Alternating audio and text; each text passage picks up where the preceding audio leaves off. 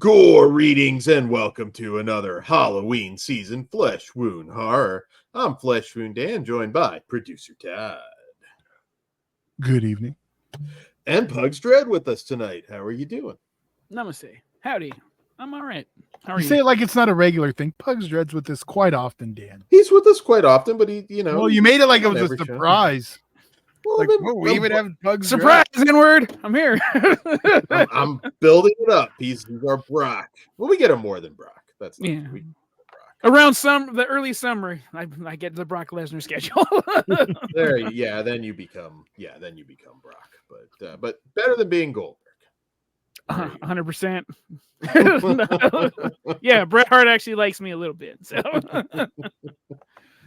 Oh, imagine if he just came out and kicked him again for some segment to go heel. That would Dude, be... I like not to talk too much about wrestling, but I really want Bret Hart to shoot on his son, like Gage. I think it'd be fucking hilarious. Just stick the three of them in the elimination chamber. All right. Well, we're talking about. Better be quick, Bugs. Or Dan, you better be quick. Get that intro in. All right, so we're gonna kick things off with Speaking of kicking, our first movie of the evening, which is a 2000 film, actually a 1998 film, but I'll kind of get into that. Boltneck from director Mitch Marcus, and in this film, reading, writing, and raising the dead. That's what high school's all about for Frankenstein, a genius nerd who wants to be in with the in crowd. He gets his shot when the popular jocks haze Carl, the school goth outcast, to death, literally. Frank offers to bring Carl back to life by using a brain from one of his dad's research projects. The resurrection is a success, and Carl is back and ready to party. Now Frank and Carl are on the A-list, but unbeknownst to Frank, he has reanimated Carl with the brain of a mass murderer. All right, so Boltneck was actually, it was filmed and completed in 1998, and it did come out somewhere. It has some alternate titles. Big Monster on Campus and Teen Monster were the alternate titles. But most... But well, you know what? Probably better titles because there are no bolts in his neck. That's like one thing about this. He's not full on Frankenstein. Honestly, though, that I didn't notice till right now. You're right. It's no bolts. I'm just saying, better title in my opinion. And technically, they aren't bolts on Frankenstein's neck, so they're electrodes. So it's all wrong. There you go. I was just mocking you, Dan. But fuck you, Todd. You're a this nerd. Is actually it does now currently the most common name is Teen Monster. It's where you're going to find this streaming on Tubi and most other places now. Just Really? throwing Okay. it out there if you're checking for it. Teen Monster. If you Google Boltneck, if you Google Boltneck, it will come up on to find it to stream, but just so you're out there, Teen Monster is what you're going to be looking for on Tubi. Okay. Yes, and Plex and Plex also.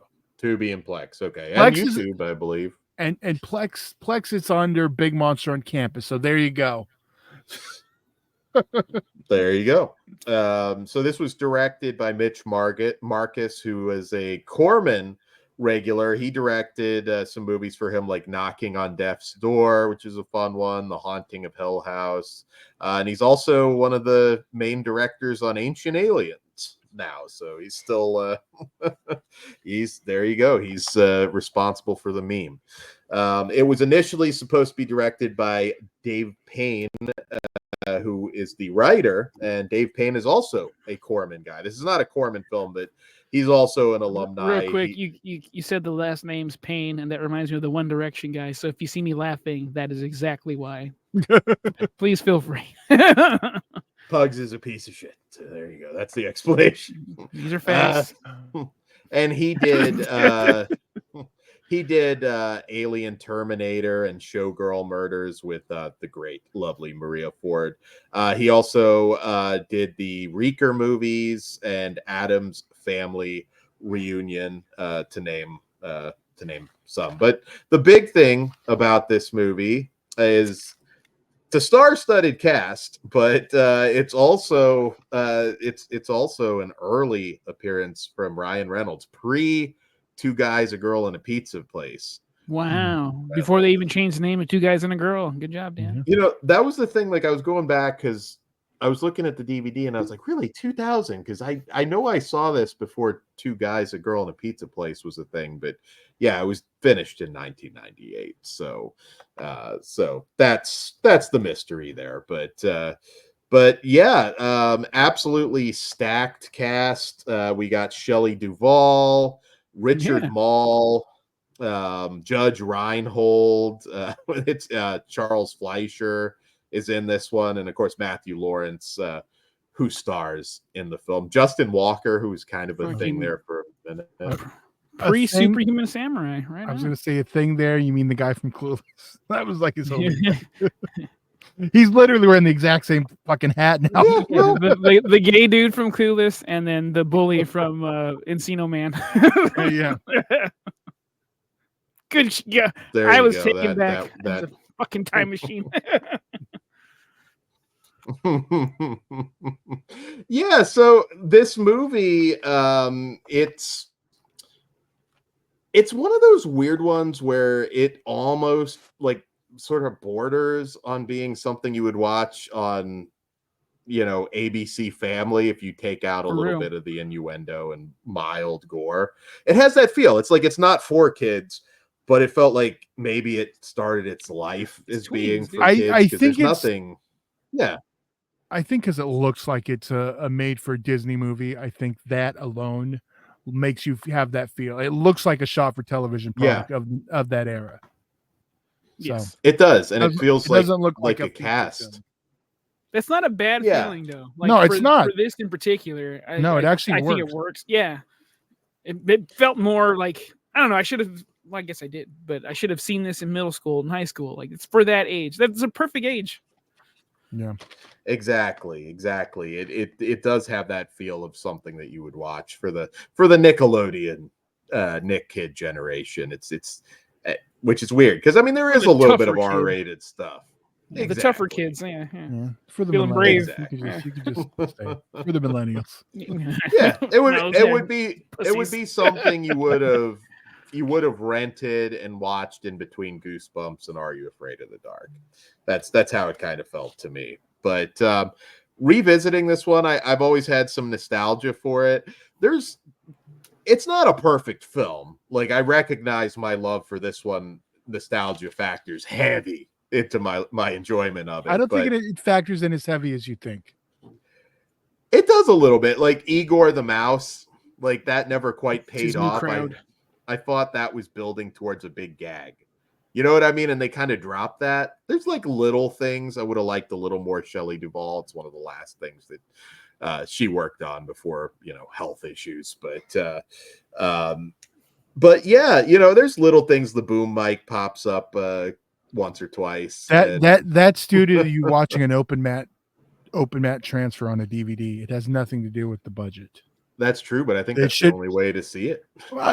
Yeah, well, it is what it is. Yeah, but it's obviously, if you know about films, you know it's open mat and you can see that it's sorry, nerding out. No, I get it, but it's the only way you can watch it. Well, yeah, it doesn't make it correct. No, but that's the only you're gonna see the fucking boom mic is what I'm saying. That's just it adds charm. I like that shit. All right, I caught it on Drew Carey the other day. I took a picture. I was like, "Oh, you fuck, dude!" In exploitation movies, I expect to see it at least 3 fucking times. So, like, that's not a big deal for me. I can tell you the first time I saw a boom mic in theaters, it was the day I saw Freddy's Dead. Freddy's Dead. Nightmare on Elm Street Part 2. It was a double feature with Dead Time Story, starring the great Scott Valentine, and with like, yeah, it was like, I was like, wow. It's like the whole mic. Then I later realized they did the same thing. They just played that thing at 4:3 and didn't crop it. Because when you watch it on video, you don't see it. On the Blu-ray, you don't see it either. Only stuck in my theatrical memory of the. And that's all Todd talked about. He's gonna harp on what this shit is. No, I love that movie coming out. Well, I was riding a Freddy high. So obviously. was it the boom mic, and then like you wouldn't shut up about that, and then he was like, you know what? I think Freddy's kind of gay. No, but I do remember like getting uncomfortable feeling watching the towel scene with my. I was like, I didn't know why at the time. Something felt off to you. Like I was like, this is these weird. guys really love demolition. I was like, but that was the only thing as a kid that registered. Like that was kind of weird, but okay, cool. So I just started going, here comes the X. And it's like, shut the fuck up, kid. Anyways, I don't know how we got to leather bars in the middle of a Boltneck review, but we did. You know, it's what happens. So I always doubled this one up back in the day with superior but nonetheless perfect double, Idle Hands. I was gonna say, like this. Watch this one first and then main event with Idle Hands, but as flawed as this is, I do like it quite a bit.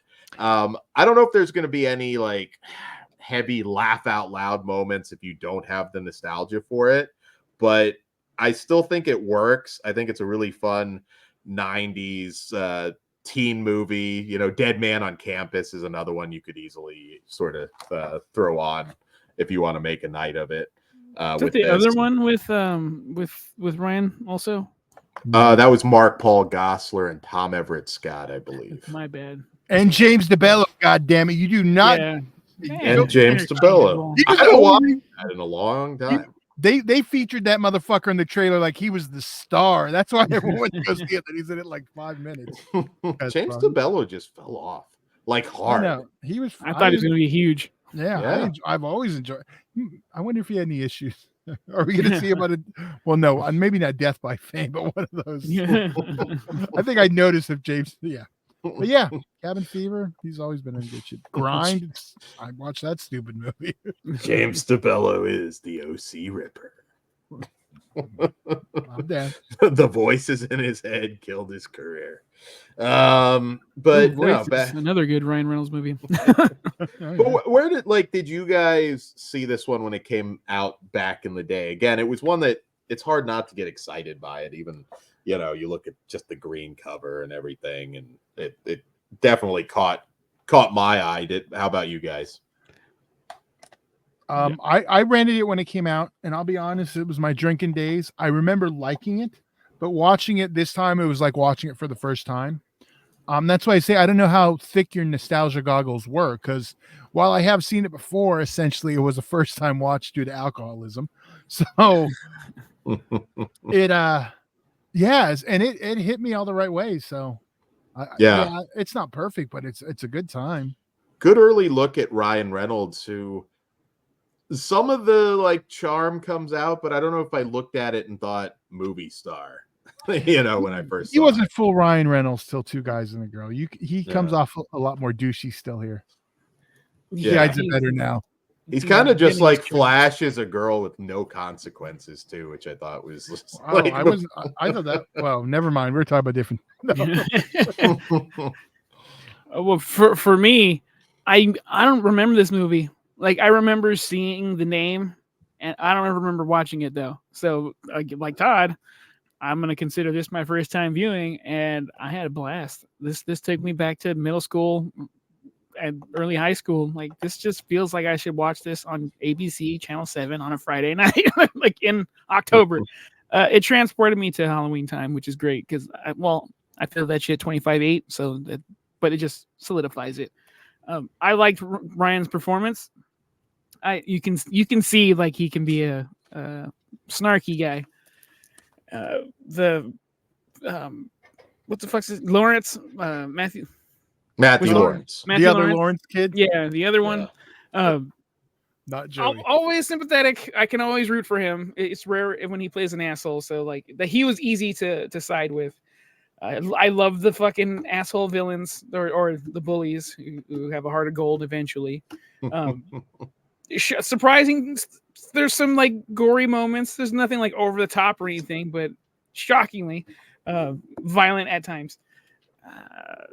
Yeah, I really like this. I'm glad I know this exists now. I don't think I watch it every year, but I will be spreading this out, waving this flag proudly, and watching it every other year or so. I do want to find out who else has seen this because I think it's a hidden gem, and more people need to know about this. I think with all the different names, it's kind of harder now to. That's and even now, it's still they haven't decided on one. It's still you. Well, I remember the word Boltneck, but you get Yeah. Teenage Monsters now, the famous one. Okay. Yeah.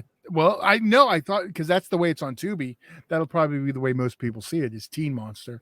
But Big Monster on Campus is what they're calling it. That's the other title, which is what is streaming on Plex. But if you search Boltneck, it comes up. So it feels like an obvious candidate for like a TerraVision to put out right now. Yeah, you know, like I could see this just. Who's the DVD from? I forget. DVD is from Pioneer. Okay, is there that's normally the distributor? It should be, but there's not an actual label. Is it just because you look at Texas Chainsaw Massacre, it says Pioneer, but that's on the label. Regent Entertainment, and then okay, Pioneer. Cool. Oh. Yeah, they're a distributor.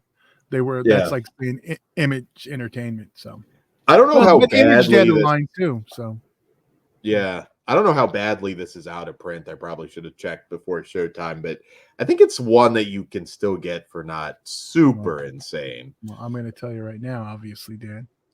You can let them know just how bad their eBay. But again, you've got multiple options to watch it stream. Yeah, you could see it now if you want to watch it by Halloween. Yeah, Dan, be careful with it. Oh, it is like ridiculous. Well, the people are selling it for lowest price is $119. So. Oh Jesus! Okay, well, that has gone up then. It's one I used to see again. I didn't look at the sold listings. I can do that. That's the real price. This is true. There is an audio commentary on it that's pretty insightful. Very cool. So all right, not just the interactive menus, but I'm sure they're listed. 100% sure. Yeah, I kind of remember seeing this around the time of Attic Expeditions. Attic Expeditions, yes, that's Alice Cooper, Seth Green, that had a cast, which that is on Blu-ray too.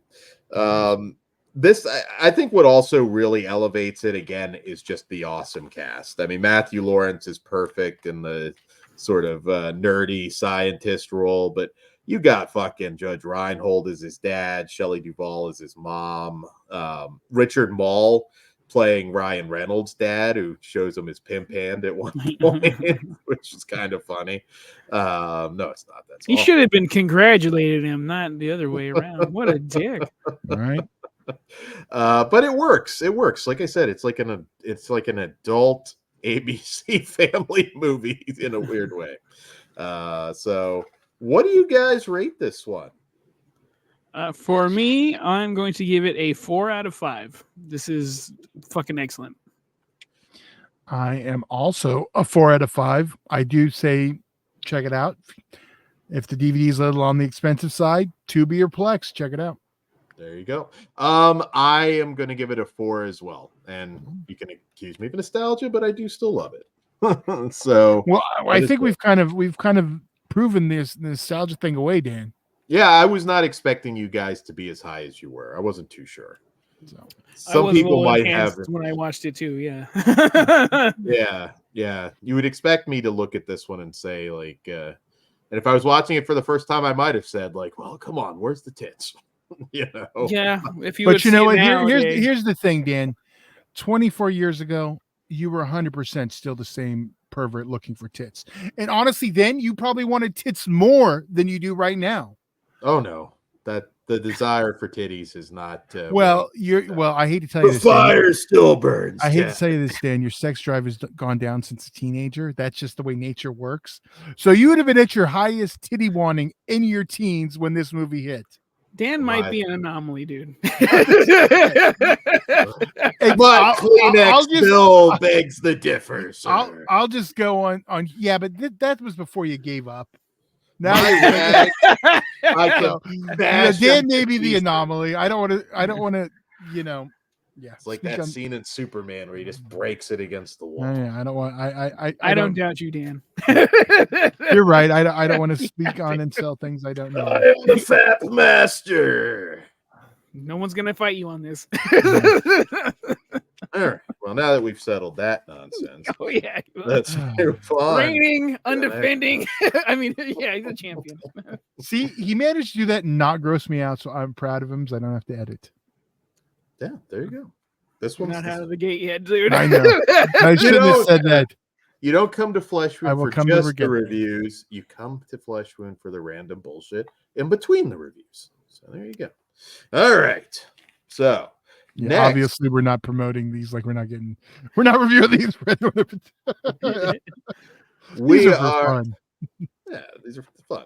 All right. So our next movie, we flash forward ahead to 2012, and it is Saturday Morning Mystery from director Spencer Parsons. And in this film, when a foursome of paranormal detectives who happen to travel in a vintage van accompanied by their canine companion, sound familiar, realize their business is on the rocks, they agree to investigate a creepy mansion with a mysterious past. Set more on debunking a hoax than hunting ghosts, the team discovers what awaits them in the dark is more terrifying and a lot deadlier than anything they could have expected. So Saturday Morning Mystery, you might kind of get an idea there what they were going for. So I guess Also the first known as Saturday Way Morning different. Massacre. Fucking yes. yeah, Yes. I wouldn't have been as confused with Saturday Morning Massacre as I was with Well, Saturday that is- Morning Mystery. Well, I that was is for the the record. name everywhere, For except the for the rec- cover. Okay, for the record, I was under the impression that this was going to be for juniors. And I you was watched like, it and we're like, what the fuck are we doing, guys? I'm like, I would show my child this, but I don't think this should be reviewed as a child show. And then no, not a I was- kid's film. I was Not a- massively incorrect. I think the name of Boltneck kind of feels leads into that juniors feel too. Yes. Yeah, Most in a of the weird names, like, oh, okay, yeah, we're doing a light junior show. No, we already did our juniors. If you're a 30 or 40 something, you take these two movies, you sit down, you make some bagel bites, and you just fucking Say go goodbye home. to your virginity. Sleep in the living room. Yes, you never know. So Saturday Morning Saturday Morning Mystery. So there, I will just what? I said massacre. Well, I have it. I understand. I also know the Mr. title card. Import Blu-ray fancy. Well, no, but I mean, it's literally the title card too. No. Yes. Well, they wanted to make some money. No, that was so they could get that in Walmart without people being bitches. That's true. So it's And not look what happened. it's not literally like they don't go full Scooby Doo. If you're looking for these characters to 100% embody the characters in Scooby Doo, none of them are. There's a couple moments where it's kind of close with Shaggy and his shirt and everything, where I'm like, "Ooh, you're tempting a Hanna-Barbera lawsuit here." But no, they could easily get away with parody on it. probably, Yeah. probably. But it's not even like a full-on parody either. Like, there's some tonal shifts in this movie. I will say, as I'm sure it kicked in with Pugs when he thought it was a junior's review. There's some tonal shifts, particularly in the last like half hour, where it starts to go a specific direction and it gets a little harder. But I still like this movie quite a bit. Like, I think it's a lot of fun and worth watching. I know Todd's gonna love this one because Sonny Carl Davis, who plays Rabbit in the Evil Bong movies, shows up in the cast. And there's a specific movie that it mirrors towards the end that, obviously I like it quite a bit too. But it takes a little bit for this one to get going. It opens up on a surprisingly dark note where the gang is like busting up a dark web shoot, we'll just say. And there's a shot of some cages that I was like, oh, holy shit. I remember when I first watched it, I thought this would be a little more mild. Is that when you knew it was on Junior's Pugs when you saw the children?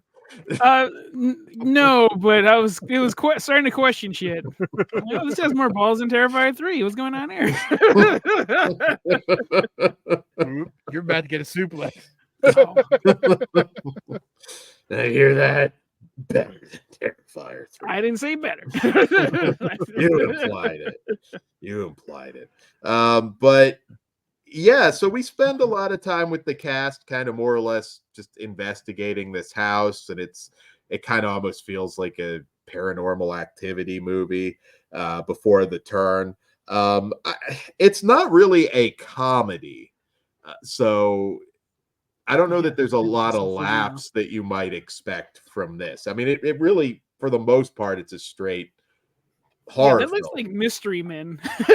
Like that's why I want to ask a question of Pugs before he kicks into his review. So once you're done with your intro, Dan, let me ask him. There's also a surprisingly, again, at least for this, surprisingly graphic sex scene. Yeah, that's where I was like, this is not. Yeah, I'm like, there's some cheap. Is that when you knew? That was officially. I'm like, yeah, something's wrong here. Is that when you messaged us? Failure for not Velma and not Daphne getting it on. That would have won me over. Well, that didn't work when they tried that on Max. So, well, to be fair, nothing tried when whatever they tried on Velma on Max. Yeah, it's like people were mad, and then everybody stopped. And you know what? That's not even the first black Scooby Doo character. It was in Daphne and Velma. Direct what? She's not. I didn't even know she was black. I didn't know she's a person of color. I thought she was like Latin or some shit. Yeah, Daphne was. You're both wrong. Mindy Kaling is, I believe, from Bangladesh. No, we're not talking about we're talking about Velma, not the act, not the voice. Yeah, we know. Oh, okay. Fucking racist. God damn it, Dan. Not everyone. Fuck that ugly brown bitch. Who cares? I didn't mean to get you, Todd. Not juniors. Pugs is black. You want to hear it one time for Halloween? Pugs is black if you're listening to the audio. God damn it. Here we go. All right. So now I can ask my question? Oh, yeah. I got a couple other things. Right. Go for it. Pugs, my question is, okay, let's see if you have this issue. First time watching it. Show the cover, Dan. There you go. I was expecting to watch that. Exactly. Not this. I like this, but the first time I watched it, I was a little disappointed I didn't get. But this is still there. Like it's still there. But I mean, that is a different movie. That's my thing. Yeah. This movie doesn't live up to either one of those. It's like somewhere in the middle. But I mean, if you saw this, you'd get a better idea of what you're getting into than that. I think your expectations wouldn't be. That is, this, and I yes, sells more DVDs though. No, I'm not saying that. Again, I understand it. Yeah, I'm just saying that's what I was expecting. And the first time I watched it, I was like, yeah, I was a little underwhelmed. Watching this, I do like it. I watched it, watching it again, but I think I still kind of want that first movie I didn't get. Got you. But I wanted the dog to talk at least once or twice. Especially when they're all high. Like I'm like, then it's just a Jay and Silent Bob joke ripoff. That's where it's like, yeah, but not Shaggy's watching, not Velma or not Daphne. I can't remember. Yes, Shaggy was watching because they were all the Scooby Gang. He was watching on the cam getting the cheeks clapped, and I was like, you could have had Scooby just go, oh, something like that. Or red lipstick. That would have been funny. Zoom in, Shaggy. He starts directing. Well, maybe talking dogs would get you sued, so they kind of put your finger in her ass. Oh my god, I want the Scooby Doo movie where he directs a porn. Jackie Treehorn style. I want some booby snacks. You know what style I want. We've just made this the best episode we've ever done. But this movie does get very gory, though. Like I said, You have to wait for it. Oh yeah, the Mystery Machine, and there's some CGI fire that I wasn't too fond of, but it's 2012, dude. Fucking yeah. But we do get some surprisingly cool gore when it makes that storyline turn. But yeah, I have fun with this, irregardless. Yeah. By the end of the movie, it is Todd's deep Blu-ray cover for sure. Oh, yeah. But like up to then, this I don't know if it's a pacing issue or a tone issue, but something made this movie drag longer than it should have, because I liked everybody, but there was just something that like didn't keep me engaged the entire time. It's missing something. Something doesn't click for me. Something's off. Yeah.